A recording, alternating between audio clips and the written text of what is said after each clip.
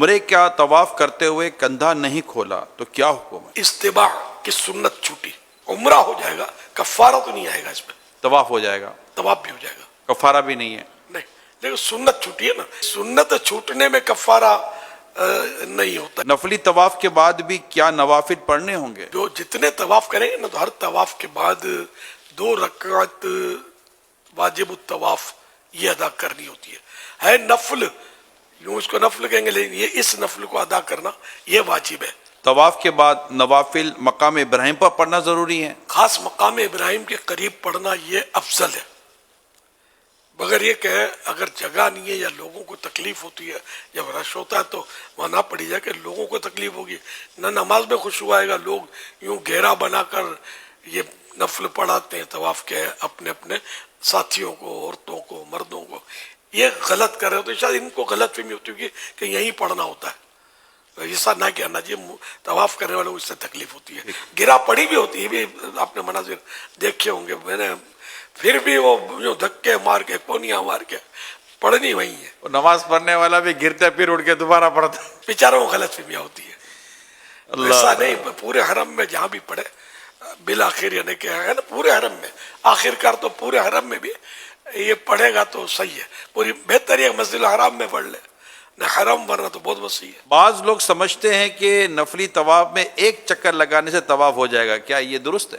7 چکر، طواف میں 7 چکر ہے، کیا بغیر وضو کے طواف ہو سکتا ہے؟ وضو ضروری ہے، طواف کے دوران وضو ٹوٹ جائے تو کیا دوبارہ وضو کرنا ضروری ہے؟ جی ہاں، ہر طواف کے بعد صحیح کرنا ضروری ہے؟ نہیں، نفل طواف کرے تو صحیح آئے گی، صحیح تو نفل صحیح تو ہے بھی نہیں نا، ٹھیک، تو عمرہ ہے، حج کی صحیح ہوتی ہے، عمرے کی صحیح ہوتی ہے، صحیح کتنے چکر ہیں؟ صحیح کے 7 چکر ہے، صفا سے مروہ اور مروہ سے صفا ایک چکر کہلائے گا یا 2؟ صفا سے مروہ 1، مروہ سے صفا 2، صفا سے شروع کر مروہ پہ ختم ہوتا ہے؟ ہاں یہ 1 چکر کہلائے گا۔ جو 7 پھیرے بھی ہے نا، وہ آخری پھیرا مروہ پہ ہوتا ہے اس کا، ٹھیک، صحیح کا، یہ فرمائے صحیح کیا بھاگ کر کرنا ضروری ہے؟ مخصوص حصہ ہے اس کا، میلین اخضرین، مخصوص حصہ ہے، تو اس میں صحیح کرنے والوں کے لیے دوڑنے کا ہے، لیکن بے تحاشا نہیں، نہ خود کو ایذا پہنچے نہ دوسروں کو ایذا پہنچے۔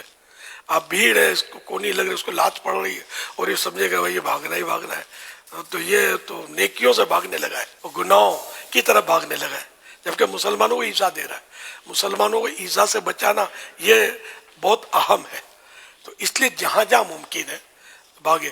اب جو یا اپنے اندر ہی طاقت نہیں ہے، صحیح، نہیں بھاگ سکتا تو کیا کرے، تو نہ بھاگے، یہ تو نہیں گرے چوٹے کھائے پچاڑے کھائے اور بھاگے۔ صرف مرد بھاگیں یا مرد اور عورت دونوں؟ مرد، عورتوں کے لیے بھاگنے کی ترکیب۔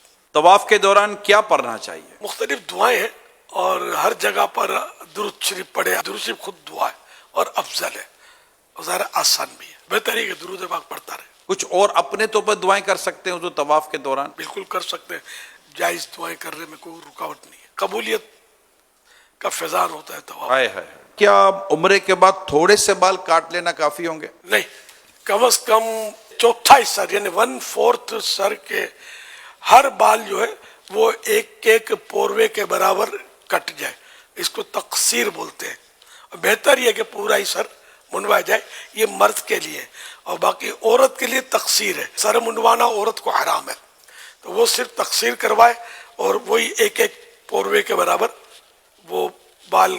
اب جیسے وہ چوٹی ہے اس کی، تو چوٹی کو یوں لپیٹ کر کینچی سے بال کاٹ لیے، چوٹی کے بھی حصے کرتی ہیں بعض عورتیں، اس میں دیکھ لیں کہ کم از کم چوتھائی سر کے بال ایک پوروے کے برابر کٹے یا نہیں کٹے، زیادہ کٹے تو حرج نہیں ہے، کم کٹے تو پھر وہ واجب ادا نہیں ہوگا۔ اب یہ کہ یہ 1/4 کیا مطلب ایک طرف سے پورا کر لے، یا مطلب کہ یہ ہر طرف سے اس کا اندازہ کر لے کہ یہ 1/4 ہو گیا ہوگا؟ مطلب 1/4 کرنا ہے، ایک طرف کا نہیں لکھا، تو اس طرح تھوڑے ادھر سے لیے، تھوڑے ادھر سے، تھوڑے ادھر سے، اور جب 1/4 یا اس سے زیادہ ہو گیا تو کافی ہے۔ ٹھیک، بھائی اس میں رسک ہوتا ہے، بال چھوٹے بڑے ہوتے ہیں، تو ایک پوروے سے زیادہ لینا مناسب ہے، تاکہ جو چھوٹا ہے وہ بھی ایک پورے کا تو ہو جائے۔ صبح عمرہ کیا اور سر منڈا لیا، اب رات کو پھر ایک عمرہ کیا، بال تو آیا ہی کوئی نہیں ہے، اب کیا کرے؟ ہاں تو اسی پر اس طرح پھیر لے۔ یہ ارشاد فرمائیے کہ کیا اپنے بال خود کاٹ سکتے ہیں؟ یعنی کہ ایک شخص عمرے سے فارغ ہوا ہے، صحیح سے فارغ ہو گیا، تو اب اس کا بال کاٹنے کا ایک وقت ہے، تو کیا یہ اپنے ہاتھوں سے اپنے بال کاٹ سکتا ہے؟ ہاں، جب احرام سے باہر ہونے کا ٹائم آ گیا اس کا تب یہ اپنے بال بھی کاٹ سکتا ہے, دوسرے کے بال بھی کاٹ سکتا ہے. احرام کی حالت میں کون سی چپل پہننی چاہیے؟ یہ عام طور پہ جو ہوائی چپل ہوتی ہے یہ مناسب رہتی ہے.